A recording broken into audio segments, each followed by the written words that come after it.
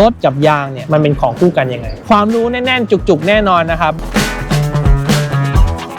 อันนี้โตต้าไม่เคยพูดนะฟังหูไว้หูแล้วกันอันนี้ผมพูดเองณตอนนี้รถไฟฟ้าเนี่ยกระแสมาแรงมากแล้วทำไมโตโยต้าไม่เอารถไฟฟ้าออกมาขายถ้าสมมุติว่าผม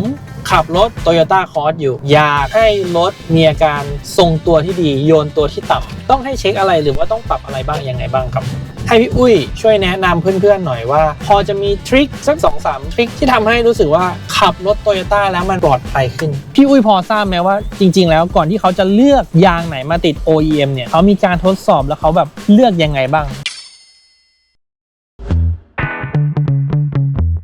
สวัสดีครับวันนี้คิมไทยบิดรีวิวกลับมาอีกครั้งนะครับแต่วันนี้เป็นคลิปพิเศษนะครับที่จะมาให้ความรู้เพื่อนๆนะครับเกี่ยวกับเรื่องของรถแล้วก็เกี่ยวกับเรื่องของยางรถยนต์ด้วยนะครับวันนี้เนี่ยคิมไม่ได้มาคนเดียวนะครับมีแขกรับเชิญพิเศษนี่ครับผมชื่ออุ้ยธนวินนะครับอยู่กับรถยนต์โตโยต้ามาเกือบ20 ปีว้าวเป็นเซลล์คอยดูขายรถดูแลลูกค้ามานั่นแหละครับแล้วก็ตอนนี้เนี่ยมาให้ความรู้เพิ่มเติมกับคนที่ใช้รถโตโยต้าในกลุ่มด้วยก็คอยให้คำแนะนำในเรื่องของการใช้งานการแก้ปัญหาหรือแม้กระทั่งพวกอุปกรณ์ตกแต่งอะไรก็ดีที่สมาชิกถามเข้ามาครับเราก็จะหาข้อมูลแล้วก็บอกเพื่อนๆไปโตโยต้านี่หลักๆเลยใช่ไหมครับหลักเลยครับโตโยต้าเนี่ยผมจะมีประสบการณ์เยอะผมทำอาชีพอยู่กับโตโยต้าแต่ถ้าเป็นยี่ห้ออื่นข้อมูลผมอาจจะน้อยด้วยอาชีพผมเนี่ยเป็นเซลล์เป็นหัวหน้าทีมน้องๆด้วยครับผมแล้วก็ได้เป็นเทรนเนอร์ของโตโยต้าด้วยต้องคอยอบรมน้องๆพนักงานขายทีหนึ่งทีนี้เนี่ยด้วยความที่เป็นเซลล์ด้วยก็ได้เจอลูกค้าได้มีข้อมูลฉะนั้นข้อมูลทุกอย่างไม่ว่าจะเป็นปัญหาเกี่ยวกับรถวิธีการใช้งานรถยนต์หรือว่าคำถามจากลูกค้าที่เป็นเชิงเทคนิคเนี่ยน้องๆก็จะวิ่งเข้ามาถามผมจะมีข้อมูลเยอะมีประสบการณ์ตรงนี้เยอะครับก่อนที่พี่จะเป็นหัวหน้าก่อนที่พี่จะเป็นเทรนเนอร์เนี่ยทางโตโยต้าเขามีการแบบเทรนอะไรอย่างเงี้ยพิเศษกับพี่ไหมโอ้เทรนเยอะครับเทรนเยอะผมขอเล่าก่อนว่าผมอ่ะตอนเด็กๆเนี่ยเป็นคนความรู้เรื่องรถติดลบเลยแล้วกันโอเคครับรู้แค่ยี่ห้อฉะนั้นพอมาทำเรื่องรถเนี่ยผมต้องศึกษาทุกอย่างที่เกี่ยวกับรถทั้งหมดและด้วยความที่โตโยต้าเนี่ยเวลาเขาสอนผมเนี่ยครับเขาพาไปอบรมไปเจอของจริงอย่างเทสรถเนี่ยคือเทสในสนามแข่งเลยเวลาเราคอมเพลกับแบรนด์คู่แข่งนะครับก็คือพูดง่ายๆเราใช้แล้วเต็มสมรรถนะของมันเป็นยังไงเนี่ยเราได้เทสจริงคนที่พาผมเทสข้างๆคือนักแข่งเป็นนักแข่งที่เราเห็นเขาแข่งอยู่ในสนามแข่งเนี่ยครับก็จะนั่งอยู่ข้างๆผมก็เลยได้เทสในเรื่องของสมรรถนะเนี่ยเกือบเต็มรูปแบบเลยเทสเต็มรูปแบบแล้วในเชิงลึกอะครับพี่เรื่องรถเรื่องเครื่องยนต์เรื่องอะไรเงี้ยเขาได้เทรนด้วยไหมพี่ด้วยครับตอนนี้รถกระแสก็จะเป็นรถไฟฟ้ารถไฮบริดใช่ไหมครับในตอนที่ผมอบรมเนี่ยคือแบตเตอรี่เขาวางเลยครับเกียร์มันถูกผ่าให้ดูเลยว่าเกียร์เป็นยังไงแบตเตอรี่เป็นยังไงได้เห็นเซลล์เลยครับว่ามันจะเป็นแบบไหนซึ่งมันจะละเอียดคนที่มาตอบคำถามเราคืออาจารย์ช่างเทคนิคจากโตโยต้าเลยซึ่งคำถามที่เราอยากรู้หรือว่าลูกค้าถามมาเราก็จะไปถามเขาต่อครับทีนี้เราก็จะได้ข้อมูลตรงเลยจากวิศวกรเลยจากอาจารย์เลยครับคือวันนี้ที่ผมเชิญพี่อุ้ยมาเนี่ยเพราะว่าตอนนี้ติดตามอยู่ในกรุ๊ปรถหลายๆกรุ๊ปซึ่งพอเข้าไปกรุ๊ปรถโตโยต้าเนี่ยไม่ว่าจะเป็นกรุ๊ปโตโยต้าคอร์สยาริสคอร์สยาริสเอทีไฮแล็กแชมป์โตโยต้าเวลอสเนี่ยกลายเป็นว่ากลุ่มพวกนี้พี่อุ้ยให้ความรู้แล้วก็ให้คำแนะนำเกี่ยวกับเรื่องรถยนต์ได้ค่อนข้างละเอียดผมก็เลยรู้สึกว่านอกจากที่เรารีวิวยางแล้วความรู้เรื่องรถกับยางเนี่ยมันเป็นของคู่กันมันก็เลยเป็นเหตุผลหนึ่งครับที่คิมอยากจะทำคลิปนี้ขึ้นมาแล้วก็ให้พี่อุ้ยเนี่ยมาให้คำแนะนำเกี่ยวกับเรื่องรถยนต์เพิ่มขึ้นครับซึ่งเดี๋ยวคิมเนี่ยจะไปถามเชิงลึกอีกทีหนึ่งจุดหมายปลายทางวันนี้เนี่ยจากกรุงเทพนะครับไปที่สัตหีบไปลองรถแล้วก็ลองยางนะครับยางวันนี้เนี่ยที่พี่อุ้ยใช้จริงๆเนี่ยเป็นยางยี่ห้อดาวันติก็เป็นรุ่นที่ตอนนี้เอาเข้ามาเป็นตัวแทนจำหน่ายแต่เพียงผู้เดียวในประเทศไทยแล้วก็ลองใช้มาประมาณ10,000 โลได้แล้วนะครับอยากจะมาพูดถึงว่ารถกับยางเนี่ยมันเป็นของคู่กันยังไงฝากเพื่อนๆติดตามคลิปนี้นะครับความรู้แน่นๆจุกๆแน่นอนนะครับไม่ใช่แค่เรื่องยางนะครับวันนี้เรื่องรถด้วยใครใช้รถได้ความรู้แน่นอนครับติดตามครับ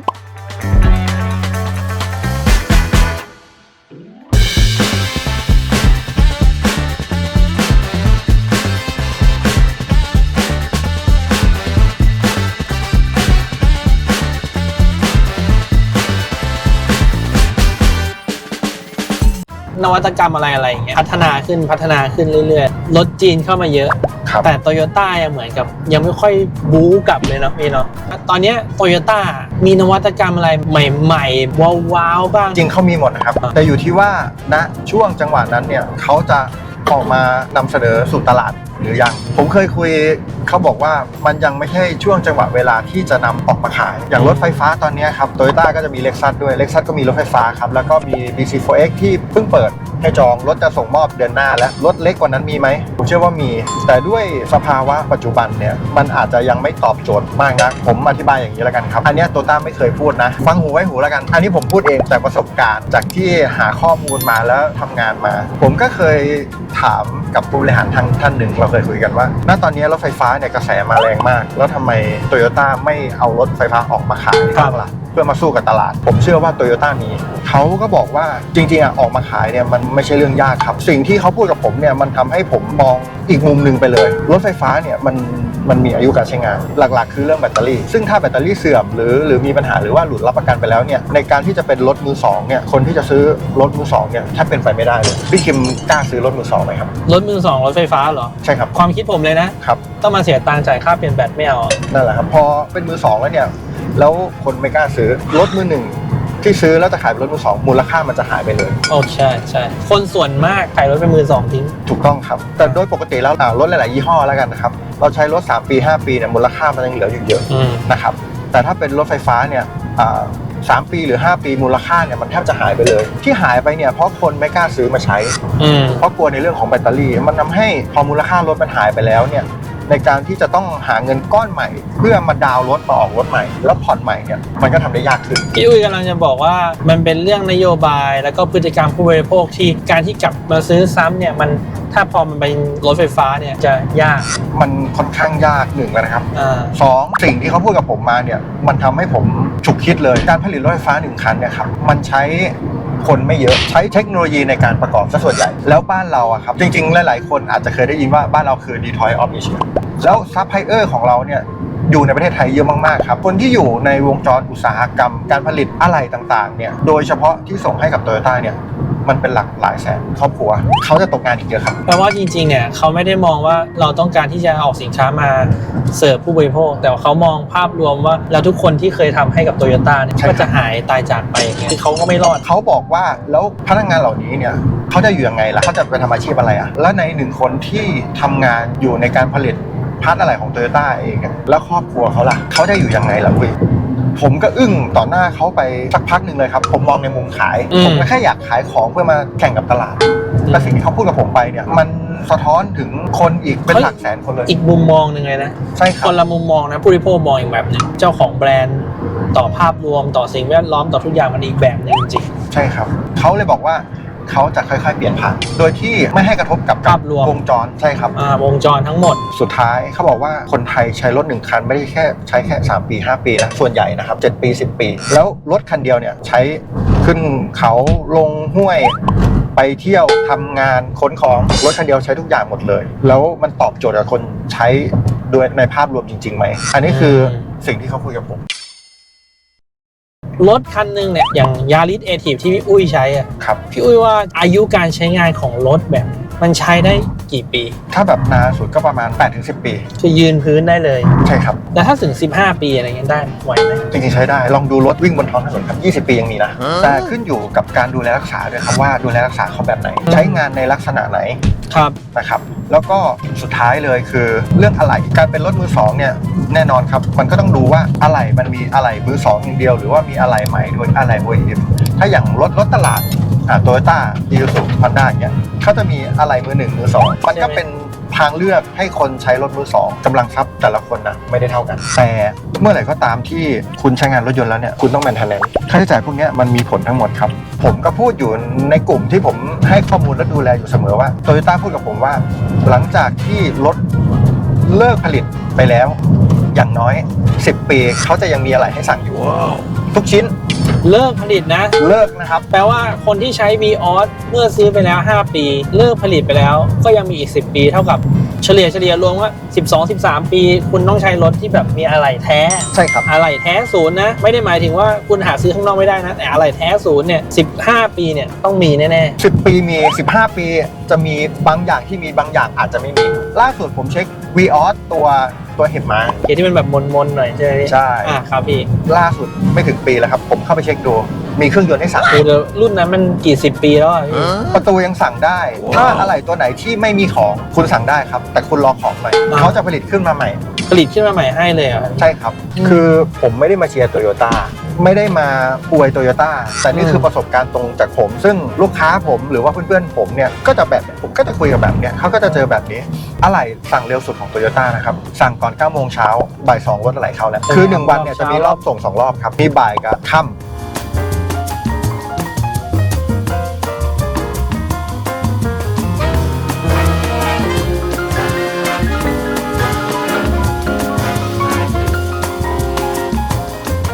รถแต่ละรุ่นเนี่ยมันมีลิมิตขนาดไหนหมายถึงว่าลิมิตการใช้งานเพราะว่าตอนเนี้ยทุกคนมาใช้รถกันไปปรับแต่งช่วงล่างเปลี่ยนโชคเปลี่ยนแหลกเสริมช่วงล่างแน่นๆเลย ครับ จริงๆเลยผมอยากรู้ว่าการที่เราซื้อรถคันหนึ่งเนี่ยมันมีลิมิตของมันขนาดไหน รถแต่ละเซกเมนต์นะครับมันจะมีลิมิตมีเปอร์ฟอร์แมนซ์ของมันไม่เท่ากัน ด้วย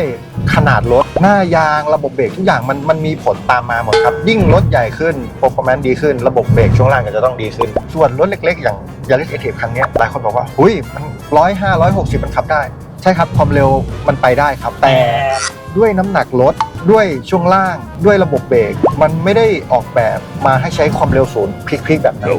มันไปได้ไหมไปได้ครับอย่างคน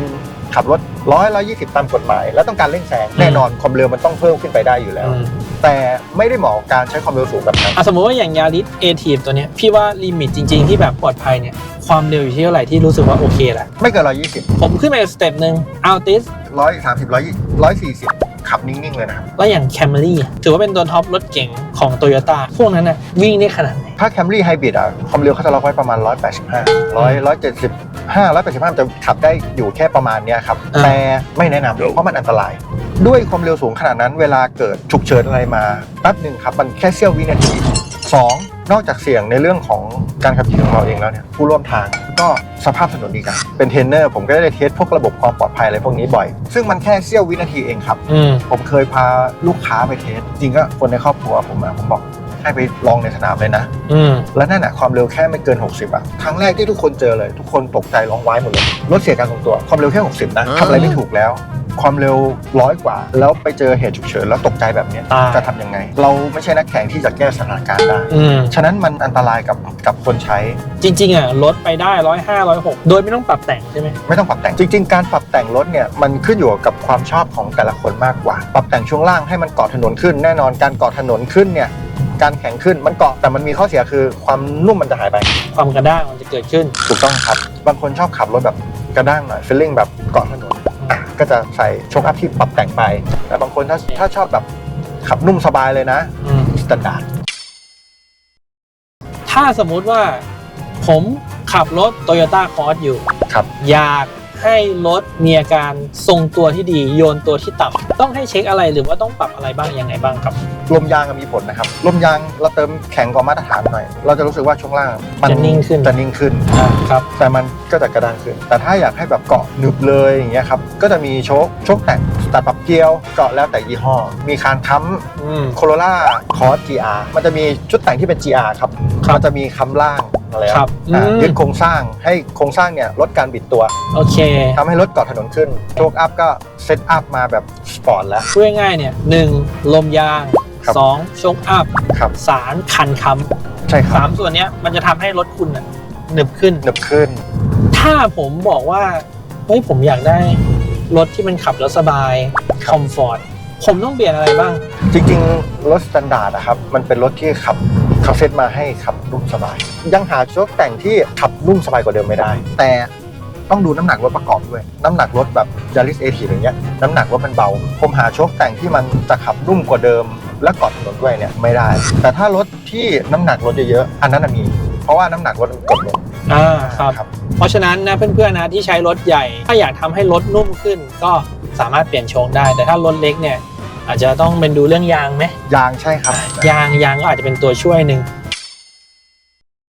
ให้พี่อุ้ยช่วยแนะนำเพื่อนๆหน่อยว่าพอจะมีทริคสัก 2-3 ทริคที่ทำให้รู้สึกว่าขับรถ Toyota แล้วมันปลอดภัยขึ้นคือด้วยระบบของรถ Toyota ตอนนี้นะครับจะมีเรียกว่า Toyota Safety Sense แล้วกันเกี่ยวกับระบบเบรกอัตโนมัติอะไรต่างๆซึ่งในกลุ่มเนี่ยผมก็จะลงข้อมูลไว้ให้อยู่เสมอมีคลิปนึงผมไปลงในกลุ่มด้วยนะครับที่ระบบเบรกมันทำงานเองคือมอเตอร์ไซค์ขับย้อนสอนมาแล้วไปกลางคืนรถยนต์ Corolla Cross นี่แหละครับขับไปแล้วระบบเบรกมันทำงานเองอันนี้คลิปจากเพื่อนๆสมาชิกที่ใช้ Corolla Cross นะครับส่งมาให้ถ้าระบบนี้ไม่มีหรือเราไม่ได้เปิดใช้งานมันหลังจากนั้นอะไรจะเกิดขึ้นเราไม่รู้เลยจริงๆระบบพวกนี้มันเปิดอยู่แล้วไหมหรือว่ามันปิดโดยปกติเปิดอยู่แล้วแต่เจ้าของรถบางท่านไม่รู้ไปกดปิดผมเคยเจอเคสหนึ่งอันนี้เจอกับตัวเลยลูกค้าขับรถเข้ามาครับแล้วผมก็ไปนั่งในรถมาเข้าสู่บริการแล้วผมเจอไฟขึ้นผมก็ถามว่าพี่ทำไมกดปิดระบบความปลอดภัยเขาบอกว่าเขาไม่รู้แล้วเขาขับปิดระบบความปลอดภัยมาตลอดเลยผมก็ไปอธิบายเขาหมายว่าระบบนี้มันคืออะไรเปิดปิดระบบยังไงแล้วทำไมเราต้องเปิดลูกค้าถึงก็ตกใจเลยครับว่าถ้าวันนั้นเราไม่ได้เจอกันเขาคงปิดระบบเนี้ยไว้ตลอดเลยเช็คเลยนะทุกคนนะครับแล้วอันที่2พี่ระบบที่2ที่โตโยต้าตอนนี้มีผมขอพูดเรื่องพื้นฐานละกันระบบควบคุมการทรงตัวของรถระบบเบรก ABS อันนั้นเป็นพื้นฐานที่รถทุกคันเรียกว่าทุกยี่ห้อละกันมีอยู่แล้วเพียงแต่ว่าอย่าไปกดปิดระบบมันจะเป็นรูปเหมือนสายป่ะสายใช่ครับไอตัวนั้นอย่าปิดแต่มันมีสวิตช์ปิดไว้เพราะว่าเวลากรณีที่เราไปติดลมต้องตะกุยขึ้นนะครับเวลาล้อมันหมุนไม่เท่ากันเนี่ยเซ็นเซอร์เขาจะจับว่ารถเนี่ยเสียการทรงตัวทั้งที่มันแค่เราอยากแค่ตะกุยขึ้นเราเลยต้องปิดระบบเพื่อให้ล้อเนี่ยมันตะกุยขึ้นมาได้วันนี้ผมก็เพิ่งรู้นะ2อย่างคือหลักๆสำคัญเลยเนาะ1เบรกฉุกเฉิน2ระบบการควบคุมการทรงตัวของรถนะครับ2ส่วนนี้นะครับที่พี่อุ้ยอยากจะบอกเพื่อนๆเลยว่าต้องเปิดยางรถยนต์มีความสำคัญมากๆเลยใช่ไหมพี่อุ้ยผมให้ความสำคัญอันดับ1เลยครับคือผมเป็นคนขับรถเยอะสิ่งที่เราจะฝากไว้ความปลอดภัยเนี่ยมันอยู่กับยางแค่ฝ่ามืออย่างเงี้ยครับ4ฝ่ามือล้อ4วงใช่ครับถ้ายางเสื่อมคุณภาพมันทำให้การเกาะถนนเนี่ยไม่ดีใช่ครับเบรกแล้วรถไม่อยู่และรถไหล2เมืองไทยฝนตกบ่อยน้ำขังบ่อยถูกครับตกนิดนึงน้ำขังข้างทางแล้วต้องรีดน้ำดีครับเพราะถ้ารีดน้ำไม่ดีมันทำให้รถเสียการทรงตัวให้เห็นภาพนะครับเราเดินอยู่แล้วมีคนมาดึงขาข้างหนึ่งเรามันก็เป๋ครับแล้วถ้าเราขับรถมันทำให้รถเสียการทรงตัวถูกครับยางที่รีดน้ำดีมันสำคัญผมให้ความสำคัญกับเรื่องนี้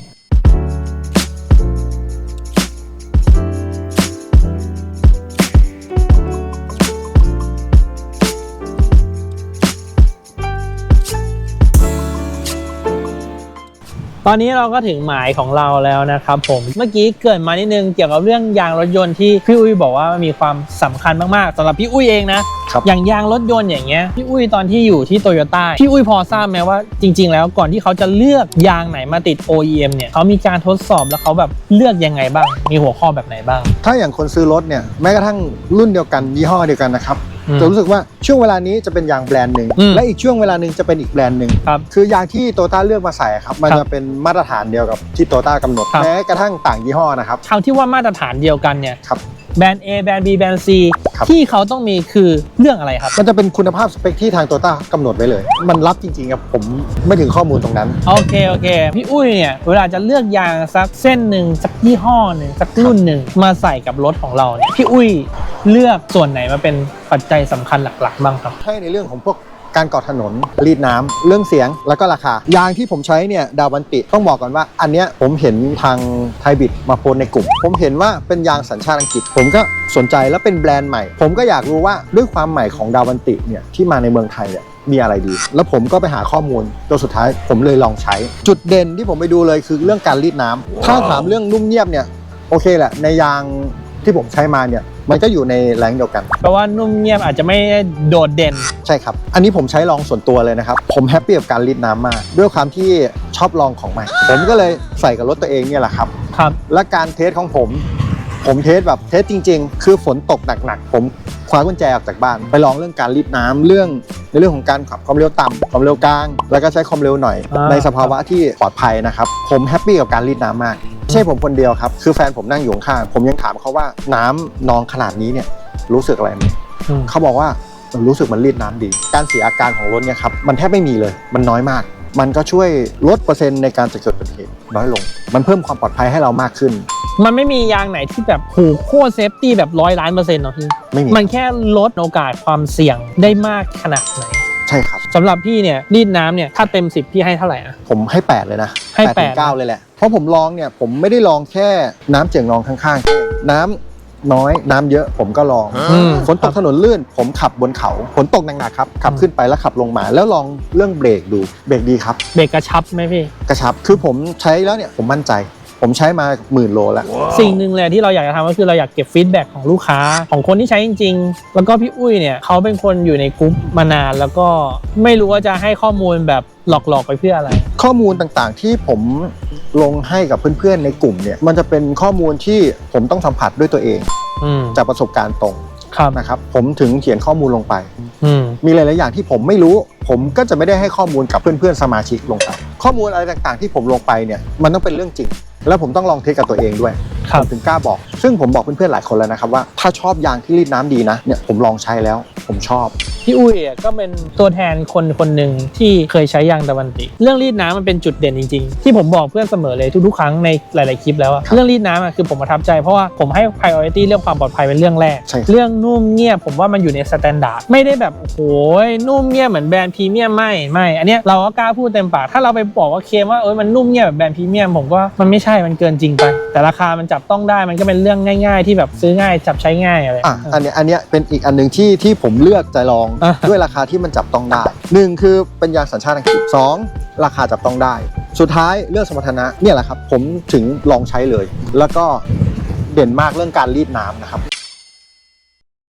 ยังไงวันนี้ขอบคุณพี่อุ้ยมากๆนะครับที่มาช่วยแบบให้ความรู้เกี่ยวกับเรื่องรถยนต์เกี่ยวกับเรื่องความปลอดภัยที่รถทุกคันเนี่ยควรที่จะให้ความสำคัญเล่นหลายระบบของรถนะครับผมก็จะโพสต์บอกเพื่อนๆสมาชิกในกลุ่มที่ผมสร้างขึ้นมาแล้วดูแลอยู่เสมอว่าในช่วงนี้อย่างอากาศหนาวมันมีระบบอะไรของรถบ้างที่ทุกคนใช้ได้นะซึ่งหลายๆคนเยอะมากครับเขาไม่รู้ว่าระบบนี้มีอยู่ในรถฝากเพื่อนๆครับติดตามพี่อุ้ยครับที่กลุ่มอะไรบ้างครับพี่อุ้ยครับก็จะมี Toyota Corolla Cross ขับ Thailand ครับ Toyota Yaris Active ขับ Thailand ครับ Toyota Yaris Cross ขับ Thailand Toyota Hilux Champ ขับ Thailand แล้วก็ Toyota Veloz ขับ Thailand สามารถเข้าไปติดตามได้คนที่อยากจะใช้รถ Toyota คนที่ใช้รถ Toyota อยู่แล้วหรือว่าคนที่กำลังจะหาซื้อรถ Toyota นะครับเข้าไปที่กลุ่มพวกนี้ได้มันเป็นกลุ่มที่ไม่ใช่กลุ่มขายของต้องบอกอย่างนี้ก่อนนะมันเป็นกลุ่มที่ทุกคนมาแชร์ข้อมูลกันมาพูดคุยกันใช่ไหมครับขอบคุณเพื่อนๆมากๆนะครับที่ติดตามคลิปนี้นะครับหวังว่าเพื่อนๆจะได้ประโยชน์นะครับทั้งเรื่องรถยนต์นะครับ